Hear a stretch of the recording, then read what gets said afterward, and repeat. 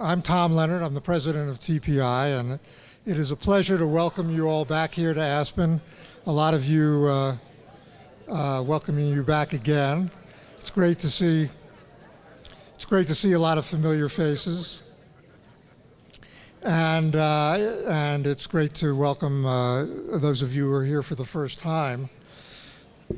The theme of this year's forum is the government is back in business, revenge of the regulators, with a question mark after it. So we're going to have a little bit of a history lesson on that, not tonight, tomorrow, and then we're going to some of the panels are going to be going to take off from that theme, but we're also going to be discussing a range of other issues. Tim Bresnahan is going to give a keynote tomorrow morning on the mobile opportunity and long-run growth.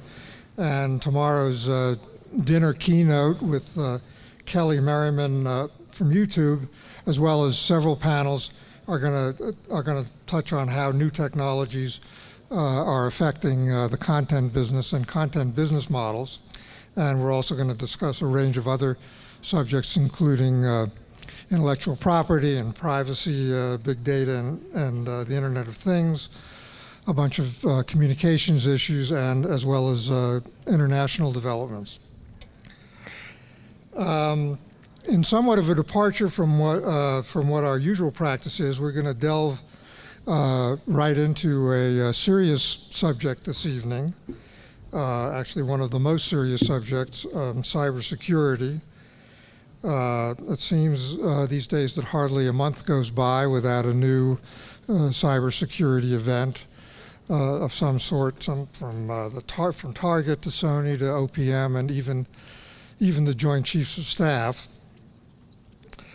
And Congress, as you all know, Congress is considering cybersecurity legislation. Perhaps there's nobody better qualified to discuss this issue than Michael Daniel, who is the special assistant to the president and the cybersecurity coordinator. And we're delighted to have him back here again this year. Michael has been the lead at the White House on cybersecurity issues since 2012, and before that was chief of the intelligence branch at OMB for 11 years. And he's going to be engaged in a conversation by Alan Rawle, who is an old friend of TPI and a regular participant here.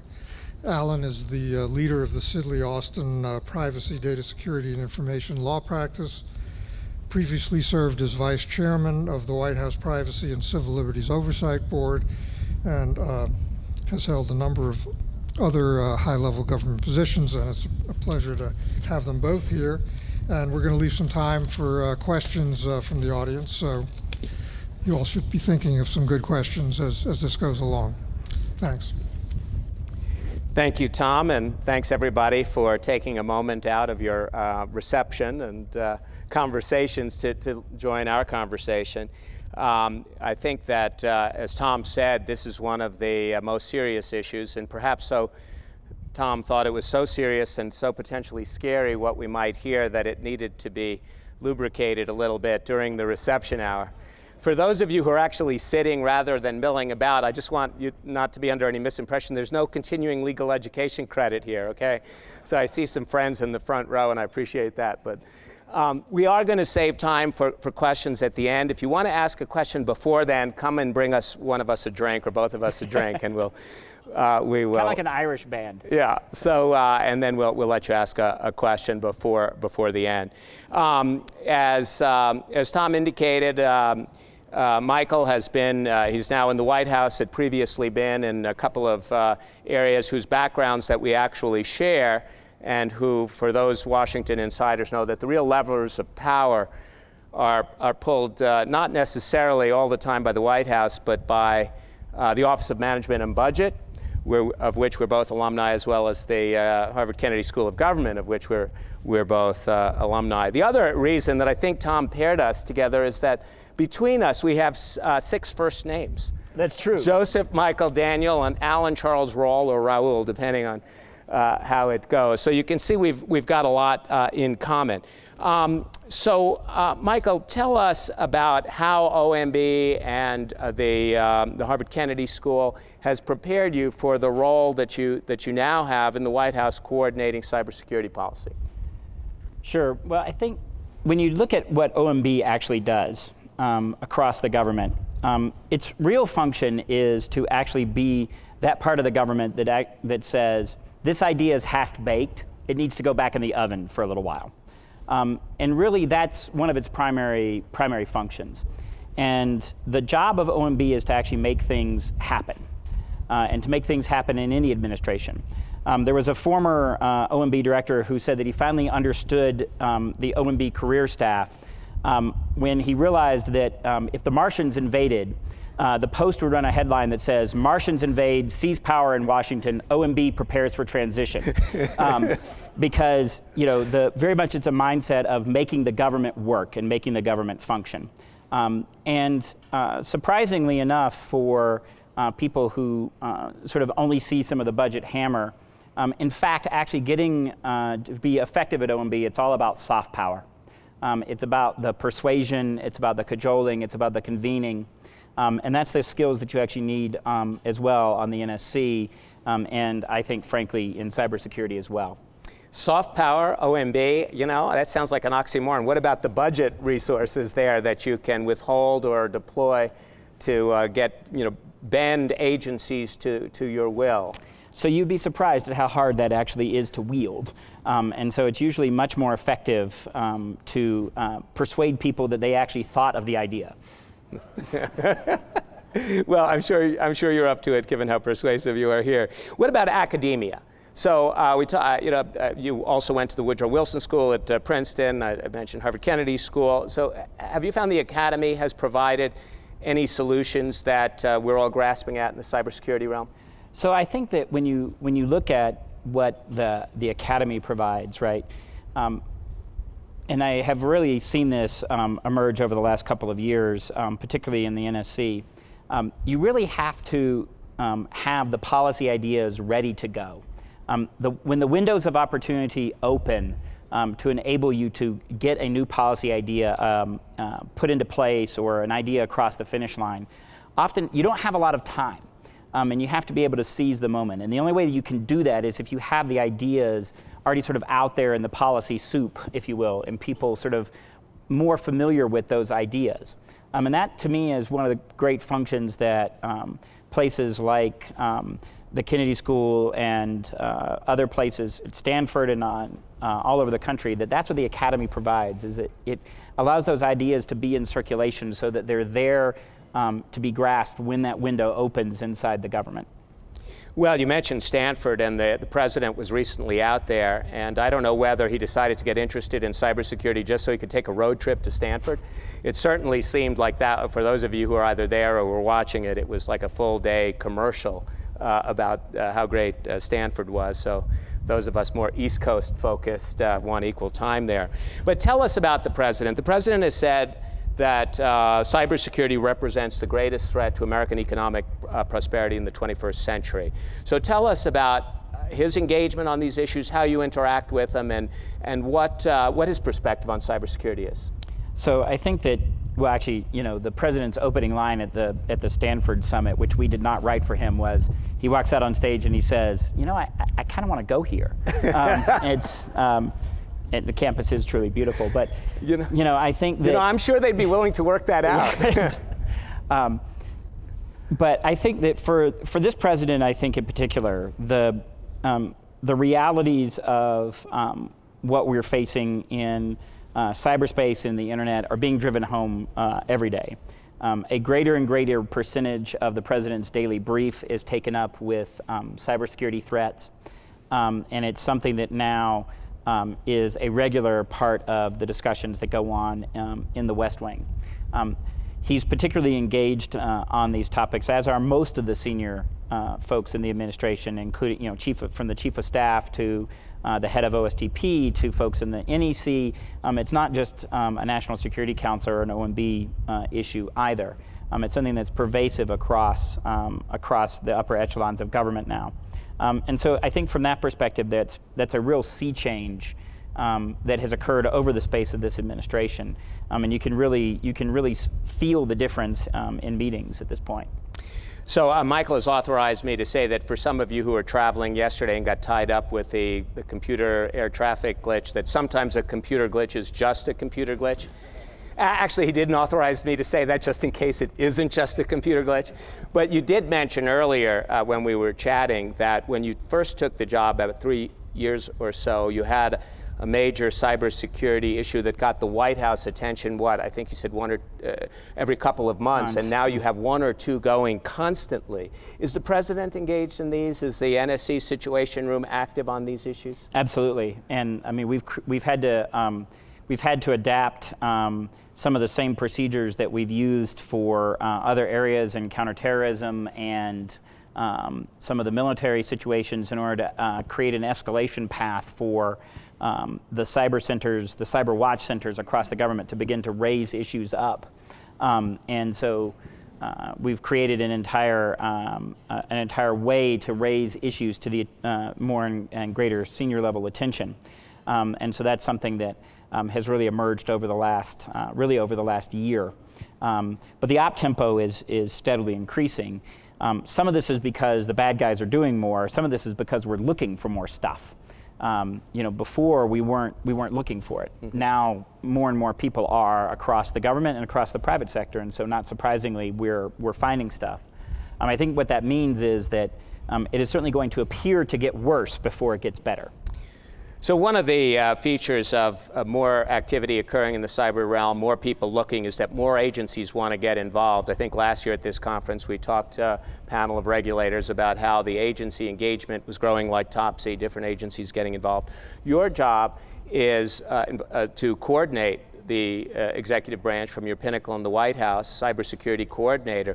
Who do you coordinate? What's the process of coordination, and do the cats get herded as you hope that they would? So not always, but that's kind of the nature of working in government. I think that the fundamental thing, though, is that there's a great interest in actually really beginning to address this issue now at a level that is really quite heartening. I think that if you look at it from, and you really have to separate it out from an operational standpoint and a policy standpoint. From an operational standpoint, you really are beginning to coalesce around some key expertise in network defense and mitigation at the Department of Homeland Security and the National Cybersecurity and Communications Integration Center. A focus on law enforcement and investigative capability at the National Cyber Investigative Joint Task Force, which the FBI is the executive agent for. And on the national security side with Cyber Command and NSA up at the NSA Threat Operations Center. Policy-wise, you are definitely seeing a need to coordinate even more strongly across an even wider array of agencies who never really thought of themselves as having a cybersecurity mission. But more and more agencies are beginning to realize that they actually have something worth protecting, and that they need to interact with the private sector in some different ways. So this does make the job more complicated. So the real question is actually who are we not trying to coordinate with at some points. It seems like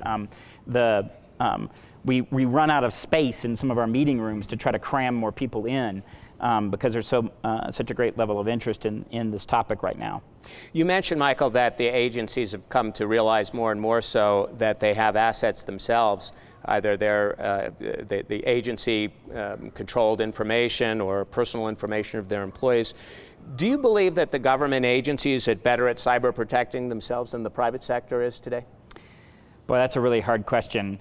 I mean, I don't think so. I think the better federal agencies are in line with some of the better private sector companies. I think most of the federal agencies are in about the same space as a lot of private sector companies in the United States. There's still a great deal of vulnerability out there, and very few organizations have cracked the code on how to do this mission well. I noticed in the draft guidance that, going back to OMB for a moment, put out for contractors under the Federal Information Security Management Act in the last week or so, one of the propositions in the guidance was that the failure of the contract to assure cybersecurity wasn't necessarily a demonstration, proof positive that the standards were inadequate in that contractor. So I imagine that may be true of government agencies as well. I mean, I think that one of the things that we're trying to figure out how to do is build cybersecurity requirements into contracting more effectively. But it's also a matter of coming up with how do you actually measure cybersecurity, and not just as an input. More firewalls, more intrusion detection systems. That's all great, but if you layer it on top of each other and it doesn't actually do anything, and you're still getting hacked, that's not terribly useful. I think the industry as a whole is actually still struggling with exactly how to measure what constitutes effective cybersecurity. So that actually presents an opportunity to go back to first principles here. So what is cybersecurity from your vantage? I know that the President's executive order and the legislation that Congress is talking about is concerned primarily with critical infrastructure. But we also know that in the corporate private sector realm, which you have talked about often about the need for a partnership and collaboration, there's intellectual property and business secrets. There's also personal information and the data breach notification. Many suspect that with the OPM hack that maybe that was about collecting intelligence. And we know there are some bad actors, hacktivists out there who are interested in just creating chaos. Is all of that within your remit? Do you see that all as part of cybersecurity per se? Absolutely. I think all of those things are an aspect of the problem, and it's something that we try to work on in various aspects. Obviously, you have to prioritize certain lines of effort within such a broad area, but I think that all of those are very important, and we can't let any of them completely slide off the table. So I want to go back just for a second to the coordination point, that being a principal function of your responsibilities. One of the frequent pieces of advice that I and other lawyers advising companies on their cybersecurity responsibilities is that this issue has to move up the corporate food chain. It is a board issue, board of directors issue. It's a C-suite, C-level issue. And we often recommend that something akin to a cybersecurity governance committee be formed at the senior-most level. Would that make sense? Do we have anything in place today, or would it make sense for there to be a cabinet level, maybe even including the heads of independent agencies, some of whom are represented here today, that there be a cybersecurity governance council or committee at the cabinet level, agency head level? So I certainly think that we are trying to think about how we do the cybersecurity mission differently in the federal government. And I certainly think that your principle of sort of moving it out of the server room and into the boardroom is an incredibly important one. And beginning to treat it as an element of risk management, both for private companies and for government organizations, is incredibly important. Because it's not a risk you can drive to zero. So it's a risk that you have to manage. And I think that we need to have much more of that kind of mindset behind it. I think that figuring out exactly how to sort of work that in the government context is going to be an interesting exercise. And we're continuing to evolve sort of the decision-making mechanisms. But I think it's clear that we need to do something differently. So talking about mindsets, Tom mentioned earlier the congressional legislation, CISA, Cybersecurity Information Security Sharing Act, and I want to talk a little bit about how important this issue is really, given the congressional mindset and the fact that the legislation has stalled out. Now, I know that if President Trump were in office, we'd have something really terrific. It would be huge, and it would be really terrific. And there'd be a cyber wall that we would have China pay for, they'd build and pay for. So is this? I can't even do anything with that, Alan. Is this stalled for politics? Is it, is it because the bill doesn't really do enough? President Obama has issued an executive order on cybersecurity information sharing that does a lot. So what's going on? I know that the privacy community has expressed some concerns. It even seemed like the Department of Homeland Security, in a letter to Senator Franken, seemed, if I read them correctly, take issue with the White House support for the bill, saying that real-time information sharing was a privacy concern. So, but yet, when I read the bill, to me, it seems all about privacy restrictions and civil liberties oversight by inspectors general, the Privacy and Civil Liberties Oversight Board, privacy officers. What's going on? Is the bill, do we really need this bill, or is it just the dysfunction is such we can't even get this bill through? Well, it's always dangerous to have somebody from the executive branch opine on anything from the legislative branch. But I think that fundamentally, this is a really difficult issue, and in its complexity and in its ramifications for how the government and the private sector interact together. And I actually think about the fact that to do something that it was arguably less complicated, which was to reform pieces of the Joint Staff in the Pentagon, took 6 years. From the failed Iranian hostage rescue in 1980 to the point that Goldwater-Nichols was passed didn't pass until 1986. So these issues, even if they are very pressing and of great importance, often take a while to work through in our legislative system, and that's actually a good thing because the potential for unintended consequences here is quite large. Now that said, I think that the Senate has actually managed to put together a pretty good bill. There are some things that we would like to fix in it, but overall we would like the Senate to actually pass it so that they can go to conference with the House and we can fix the remaining issues that we have there. I think the privacy concerns are the privacy community is right to have concerns, but I think that we've built in very robust safeguards into the processes that are going to be used, and I think that it is something that we should be able to assuage their concerns.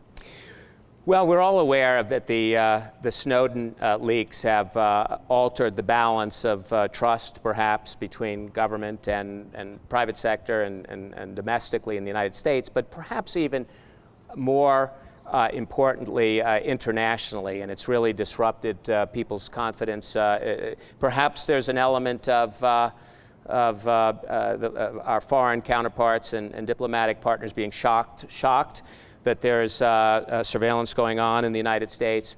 But be that as it may, okay, so you've got Congress, you're doing the best you can with the other branch in terms of real-time legislation sharing. What about an opportunity for U.S. leadership globally on issues including cybersecurity, including encryption? We know very much that today that we have the FBI talking about the risks of going dark with law enforcement being blocked from access to information because of end-to-end encryption. But on the other hand, we know that in China, the government there has contemplated legislation that would require access to source code from American technology companies and to, perhaps even backdoors, encryption backdoors. Is there an opportunity for U.S. leadership around the globe on these issues? Absolutely, and I think that I actually think that we are exercising that. If you look at the way that we are trying to build greater degrees of cooperation among CERTs and be able to drive that kind of information sharing more broadly and build that from the bottom up. I think that's a very important endeavor that is actually underrated for what it will actually enable the defensive community to do. We have been very active in promoting norms of behavior in cyberspace, things that states should and should not do. Like you shouldn't blow up other people's critical infrastructure during peacetime, and that you have a duty to assist with law enforcement and to track down malicious activity that's emanating from your territory.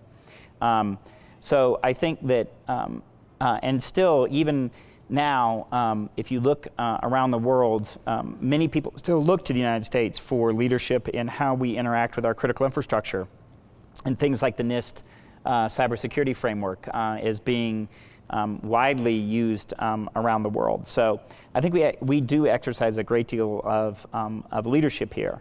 I certainly think that one of the things that has happened, if you look at the debates that have been going on about internet governance and how the internet is structured, what you've seen is the fact that now that it's not just the case in the United States, but all over the world, we have so deeply embedded cyberspace and the internet into how governments do business, how the private sector does business, how economies function, how social lives function. I mean, despite all the cat videos on the internet, but how real social interaction occurs. That this has become a critical issue for almost every country. And so as a result, issues that we used to be able to sort of relegate to the technical realm are now, in effect, international political issues. And that means that they're a lot harder, and that there are a lot more voices that have to be taken into account in deciding how to move forward on them. And I think that is, if you will, kind of a coming of age for the internet and for cyberspace. And we can't put that genie back in the bottle, so we're going to have to figure out how to operate in this new environment.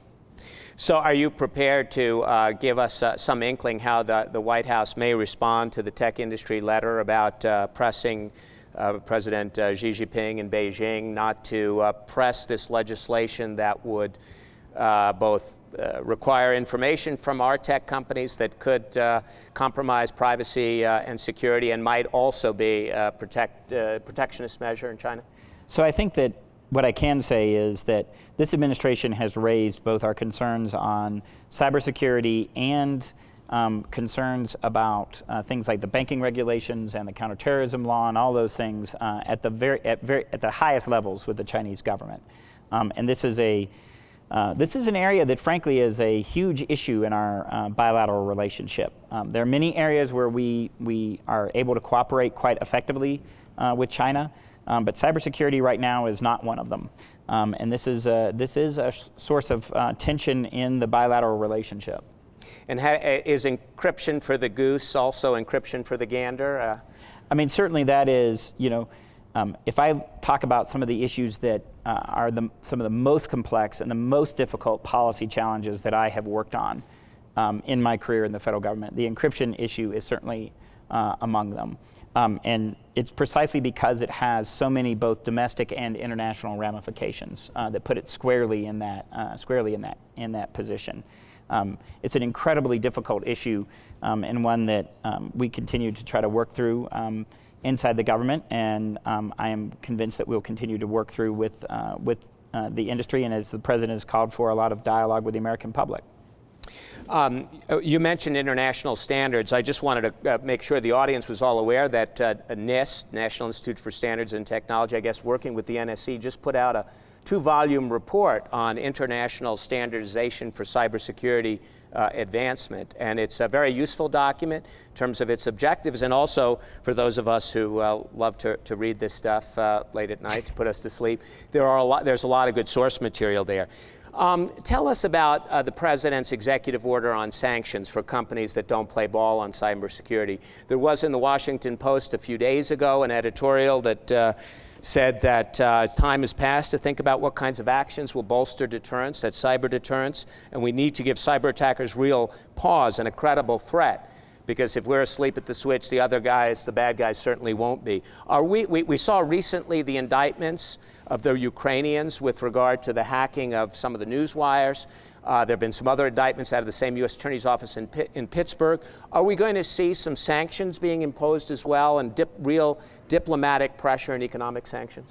So I certainly am of the belief that we will put to use the tool that the President enacted with the executive order on sanctions.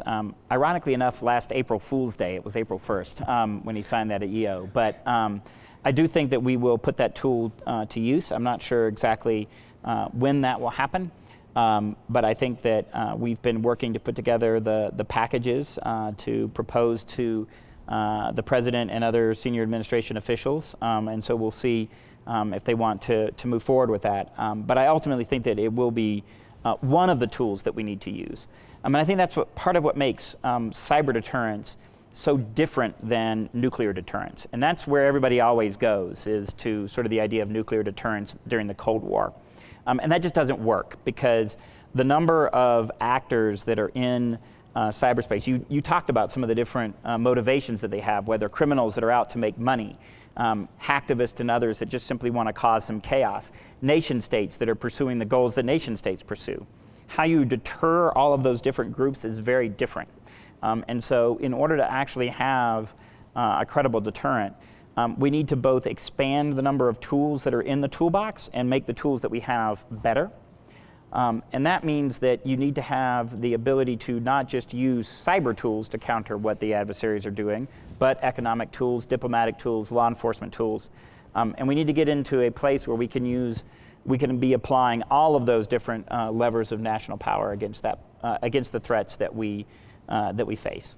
And so will you tell us, if you do retaliate, there was some talk in the North Korean suspected hack of Sony that the internet outage, I guess they have 3 points of presence in the internet or something in North Korea, so maybe it's not that tough to take them down, I don't know. But will you tell the world if you engage in some retaliation? Because how is it deterring even if you don't take credit for it?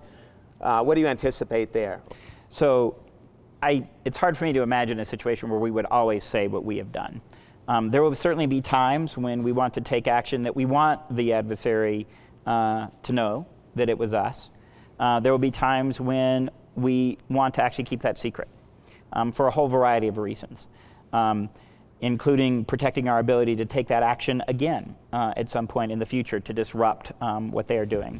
So again, I think it's going to be a whole continuum of activities. And sometimes we will make attribution, like we did with North Korea to the Sony incident, and sometimes we will not. And we will do that when we believe that it actually furthers the foreign policy and domestic policy goals that we have in achieving the cybersecurity mission. Sounds like one size doesn't fit all cyber needs. So, okay, nobody has brought us a drink, so we're going to get to audience questions at the end of this pretty soon. I did want to ask you a couple of last thoughts. What do you see as the next digital cyber battleground? Is it IP-connected devices, Internet of Things, hacked cars, medical devices, municipal systems? What do you see as the next field of cyber battle? And do you have any new arrows in your cyber quiver? Do we have some new protections out there? We're really hoping that there's some magic bullet out there. Can you tell us what it is? Yeah, no Harry Potter magic wands. I do Expelliarmus. Yes, I do think that, I do certainly believe that the emergence of the Internet of Things has made the challenge of cybersecurity exponentially more difficult. For some of us who've been in the space for a while, we used to think that doing cybersecurity with wired desktops was hard. So now we're going to do this in the big data mobile cloud, where your car and your coffee maker and your watch are all threat vectors. But I also think it presents a huge opportunity as well, because the protocols and the way that those devices interact with each other and with the internet are not fully formed yet. And so we have the opportunity, if we are willing to take it, to in fact actually bake cybersecurity in at a much more fundamental level. Thanks. There you go. Where did this come from? Right. We're going to ask that. That person's going to thank you. Yes, thank you. Going to get a question. Thank you. That's good. That is really good. David? Yes. Einstein is, I think, maybe been the finding of the OPM compromise perhaps has been attributed as a success story for Einstein. Are there other technologies that perhaps you can make available and share with the private sector? And closing thought here, do you have some cybersecurity success stories, happy endings? I'd like to end this as we go back to the reception with some happy thoughts. Is there any good news here you can share I don't with do us? happy. Oh, I was afraid. That's the OMB in you coming out. Yeah, that's right. Come on. You're in the White House now. Do some happy. Yeah. I mean, I think that, that's actually one of the great challenges of cybersecurity, right? Which is all of your successes happen in the dark, with the dropped packets that nobody ever sees, the spears that don't ever actually get to their target, the malware that gets shut down by the defensive systems before it actually has a chance to propagate. So most of the time your success stories go completely not only just unreported, but unnoticed. And it's just like in the intelligence world, it's your failures that actually gain all of the attention. And so I think that if you look across the government, though, we actually do have some success stories. If you look at how we have begun to be able to adapt some of our networks and move much more rapidly inside the Pentagon, for example, that would not have been possible several years ago. If you look at the way that we're beginning to be able to access some of the talent through things like U.S. digital services, that's a huge success story for the government. So I am actually optimistic that we can tackle this problem. It's just going to be very painful, and it's going to look like it gets worse before it actually gets better. Are the internal metrics looking more positive? You talked about, the phishing attacks that are thwarted, the malware that is impeded. Are the internal metrics, recognizing you may not be able to tell us, the actual success stories, but are the metrics looking relatively good, relatively pessimistic, or stable? So right now, I'd say the metrics are actually looking worse because we're actually finding more. So now that people are actually looking, we're finding things. And so that in and of itself is actually good news. When an agency tells me that they're not subject to any spear phishing attacks, my eyebrows kind of go up, and I assume that they're not actually looking hard enough. And I actually find that more disturbing than some of that comes and tells me that they've actually, found a breach in their system, because that means that they're actually looking, and they're looking hard enough to actually find the intruders. Great. I'll take that as perhaps an optimistic note. Are there questions from the audience? Those who have directed the wine and water to us here, or otherwise? Yes, Ed. Here, take the microphone. Hi, Ed Hurst. First of all, thank you very much for your work on behalf of the country. It's a tough job that you have. I'm wondering, and Alan, thank you for moderating. I wonder if you could just talk a little bit about to what extent is the government procurement system and the civil service system hurdles towards achieving better cybersecurity for the government? Sure. So, obviously the procurement system was designed in an age when you could take several years to buy something. And it didn't really matter. And it's really not meant to be able to be nimble enough to move at the speed that technology moves. For the government, of course, we also have to take into account the fact that we want our procurement system to do something that we don't actually ask private sectors companies to do, and that's to be fair. We actually put a high premium on government procurement being equitable. And taking into account fairness. And that's not something we ask the private sector to do in making its procurement choices. So it's always going to be more difficult in the government than in the private sector. But I do think that we can apply some different principles and need to apply some different principles to enable us to actually both simplify the way that the government procures both its IT and its cybersecurity, so that we can move much more rapidly to incorporate new technology into the stack, for example, at the defensive perimeter. But I also think that we have to rethink how we're attracting talent into the government. The efforts that the Office of Science and Technology Policy lead to do to both STEM education broadly and to get that talent into the government, we need that definitely in cybersecurity. It's only been in the last year or so that we've even been able to figure out where most of the cybersecurity jobs even are inside the federal government, let alone start adjusting our systems to actually enable us to bring those people on. So I do think that it's going to take really tackling both the procurement system and the civil service system to give us a lot more flexibility.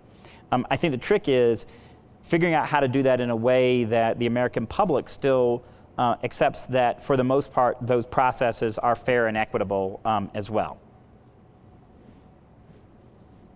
Any other questions or comments?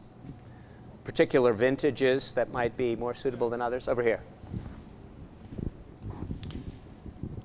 Not that long after the OPM incident, a former CIA director said, well, that would have been a target one for us in China I'm not at all surprised this happened.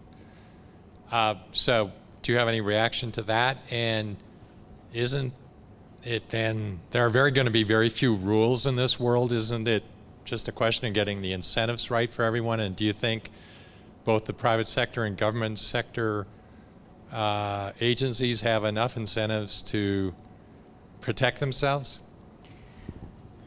So there's a lot packed into that question. So let me see if I can pull out some pieces of that.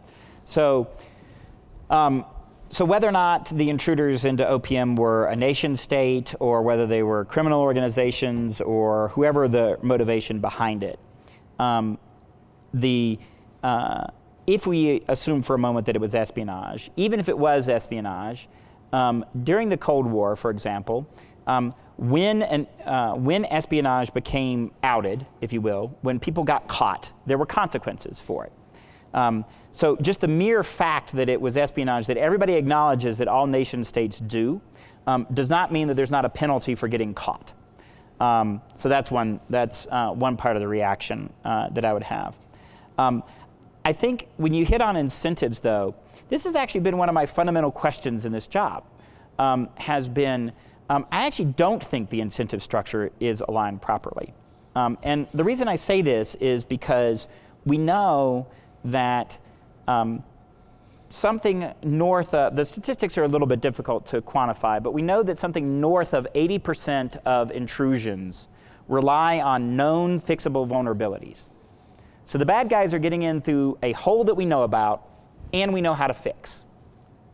Now everybody has an incentive clearly to not let the bad guys in. So why the hell aren't we actually fixing this problem?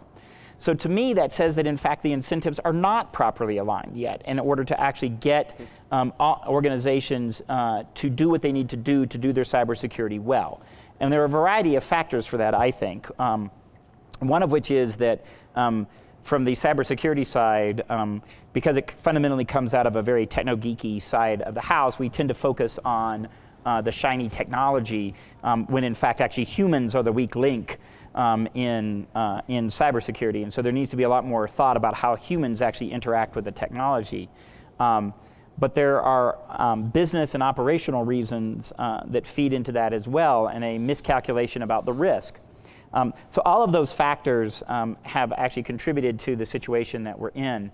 And I think that one of the fundamental things that we're trying to do is figure out how to shift that incentive structure so that we can actually get the incentives right for more organizations and individuals to do their cybersecurity well and enable it to be less of a burden on them.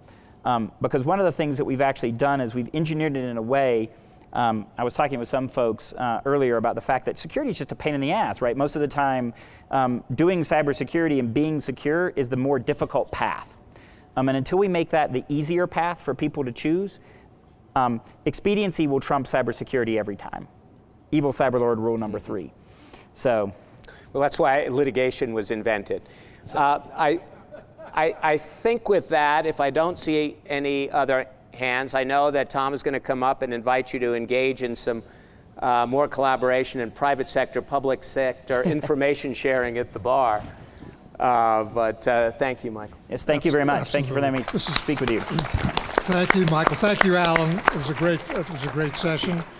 Continue at the bar, and tomorrow morning breakfast will be available starting at 7:30, and the program begins promptly at 8:30. Thank you. Thank you very much.